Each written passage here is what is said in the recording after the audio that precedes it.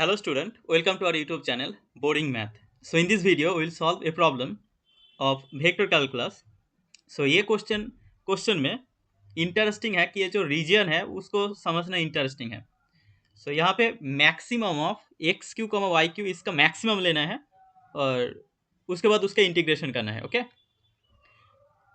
सो यहाँ पे प्रॉब्लम क्या है कि हम पहले ये सोचते हैं कि y equal to X Q का एक ग्राफ बनाएंगे और x equal to Y to the power 3/2 ये एक दूसरा एक ग्राफ बनाएंगे और उसमें मैक्सिमम जो होगा जैसे हम मैक्सिमम निकालते हैं उसमें मैक्सिमम ग्राफ का मैक्सिमम निकालेंगे और उस टाइप से करने की कोशिश करेंगे. बट यहाँ पे प्रॉब्लम ये है कि ये फंक्शन ये जो मैक्सिमम जिसका निकालने के लिए बोल रहे हैं ये दो फंक्शन नहीं है. ये अगर दो फंक्शन होता तो सेम वेरिएबल का होता, ये भी एक्स का ही फंक्शन होता. ओके. सो यहाँ पे दो फंक्शन नहीं है, ये बेसिकली एक ही फंक्शन है. कैसे? तो इसको हम देखते हैं पहले. तो यहाँ पे हमारे पास रीजन जो है ये है R,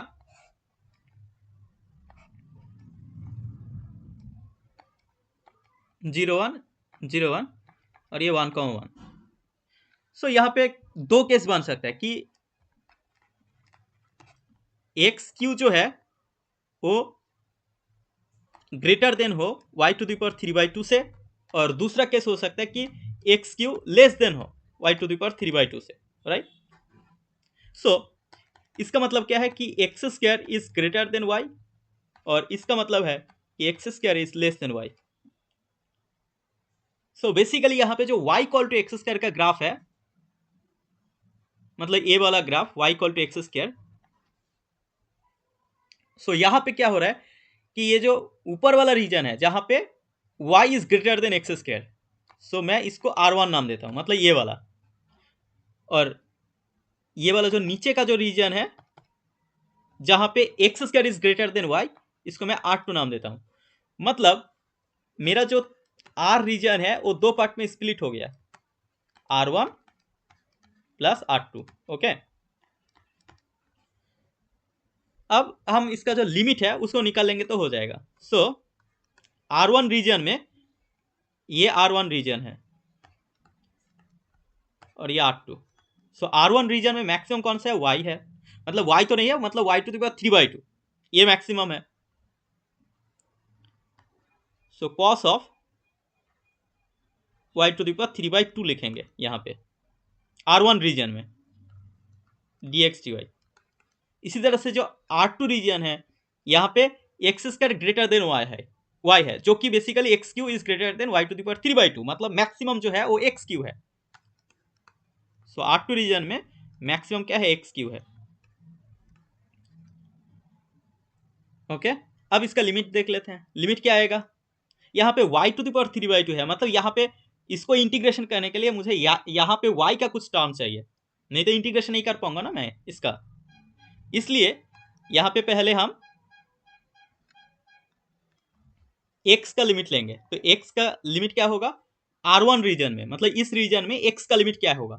x का लिमिट आएगा a y और ये x. सो x का लिमिट यहाँ से स्टार्ट करके y इस जो ग्राफ है इस ग्राफ में जाएगा. x का लिमिट मतलब x इक्वल टू 0 से स्टार्ट होके ये y equal to x square graph में. सो x इक्वल टू 0 से लेके y equal to x square, मतलब x इक्वल टू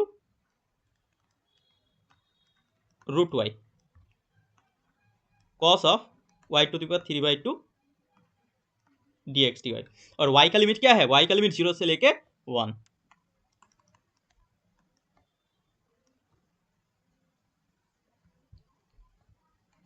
प्लस अब यहाँ पे एक्स क्यू है तो इसका इंटीग्रेशन के लिए मुझे यहाँ पे एक्स का कुछ टर्म चाहिए.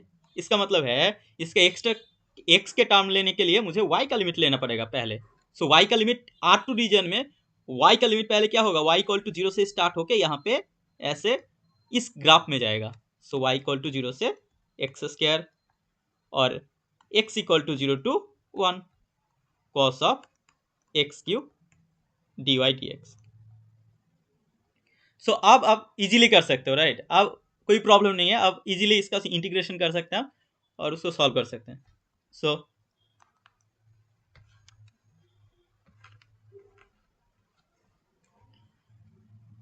ये आएगा y इक्वल टू 0 से 1 और x का लिमिट ये आएगा root Y, right, root Y cos of y to the power 3/2 dy plus x equal to 0 to 1।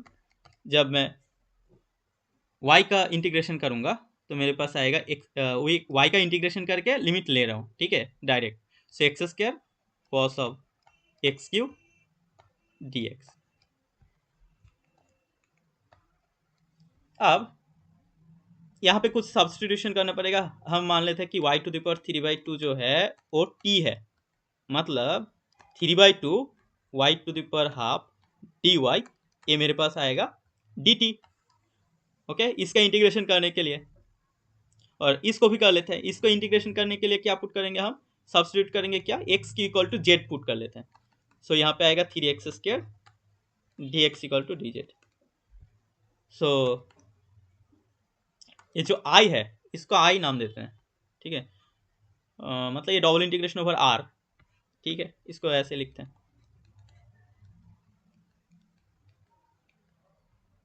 Double integration over r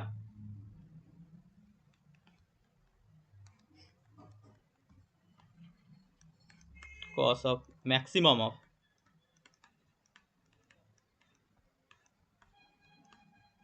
सो इसका वैल्यू क्या है, इसका वैल्यू आ जाएगा यहाँ पे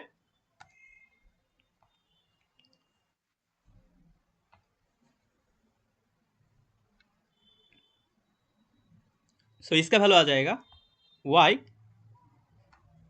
यहाँ पे y का y हमने क्या पुट किया था, ये y टू द पावर 3/2 को t पुट किया था, तो t इक्वल टू 0 से 1 2/3 cos t dt, और यहाँ पे ये आएगा z इक्वल टू 0 से 1 1/3 cos z dz। सो 2/3 ये आएगा sin t 0 से 1 प्लस 1/3 sin t 0 टू 1। अब हम जब पुट करेंगे इसको तो ये बेसिकली 2/3 sin 1 प्लस 1/3 sin 1, जो कि बेसिकली sin 1 है। तो हमारे पास जो आंसर आएगा वो sin 1 आ जाएगा ऐसे। ओके, सो इसका वैल्यू जो है ये बेसिकली sin 1 है। So hope you understood this problem. If you feel it is helpful for you, please like, share and subscribe. Thanks for watching.